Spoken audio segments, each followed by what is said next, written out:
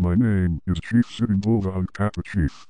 During the period 1868-1876, I developed into one of the most important of Native American chiefs. After the Treaty of Fort Laramie in 1868 and the creation of the Great Sioux Reservation, many traditional Sioux warriors, such as Red Cloud of the Oglala and Spotted Tail of the Brule, moved to reside permanently on the reservations. They were largely dependent for subsistence on the U.S. Indian agencies. Many other chiefs, including members of my Hunkpapa band such as Gall, at times lived temporarily at the agencies. They needed the supplies at a time when white encroachment and the depletion of buffalo herds reduced their resources and challenged Native American independence. In 1875, the Northern Cheyenne, Hunkpapa, Oglala, Sans Arc, and Minneconjou camped together for a Sundance, with both the Cheyenne Medicine Man White Bull or Ison in association.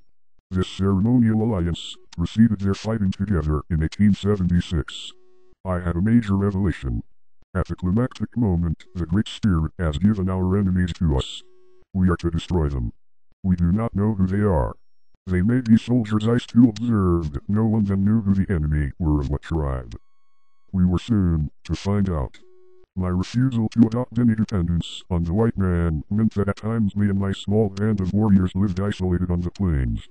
When Native Americans were threatened by the United States, numerous members from various Sioux bands and other tribes, such as the North Cheyenne, came to my camp. My reputation for strong medicine developed as I continued to evade the European Americans. After the January 1st ultimatum of 1876, when the U.S. Army began to track down Sioux and others living off the reservation as hostiles, Native Americans gathered at my camp. I took an active role in encouraging this unity camp. I sent scouts to the reservations to recruit warriors and told the Hunkpapa to share supplies with those Native Americans who joined them. An example of my generosity was taking care of Wooden Leg's Northern Cheyenne tribe. They had been impoverished by Captain Reynolds' March 17, 1876 attack and fled to my camp for safety. I provided resources to sustain the new recruits. Over the course of the first half of 1876, my camp continually expanded as natives joined me for safety in numbers. My leadership had attracted the warriors and families of an extensive village, estimated at more than 10,000 people. General Custer came across this large camp on June 25, 1876. I did not take a direct military role in the ensuing battle. Instead, I acted as a spiritual chief and performed the Sundance, in which I fasted and sacrificed over 100 pieces of flesh from my arms.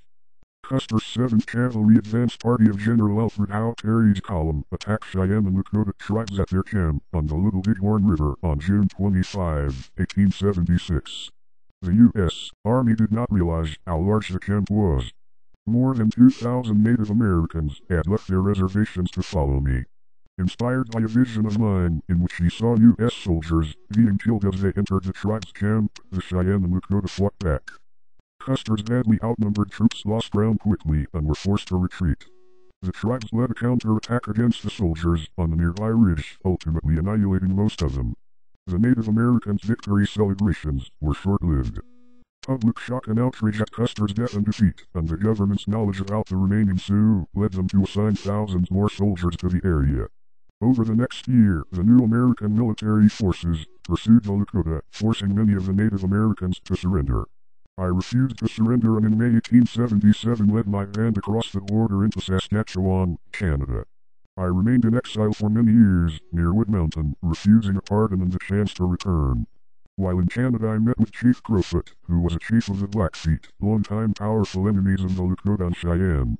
I wished to make peace with the Blackfeet Nation and Crowfoot. Being a renowned advocate for peace himself, Crowfoot eagerly accepted the tobacco peace offering. I was so impressed by the Blackfeet chief that I named one of his sons after him.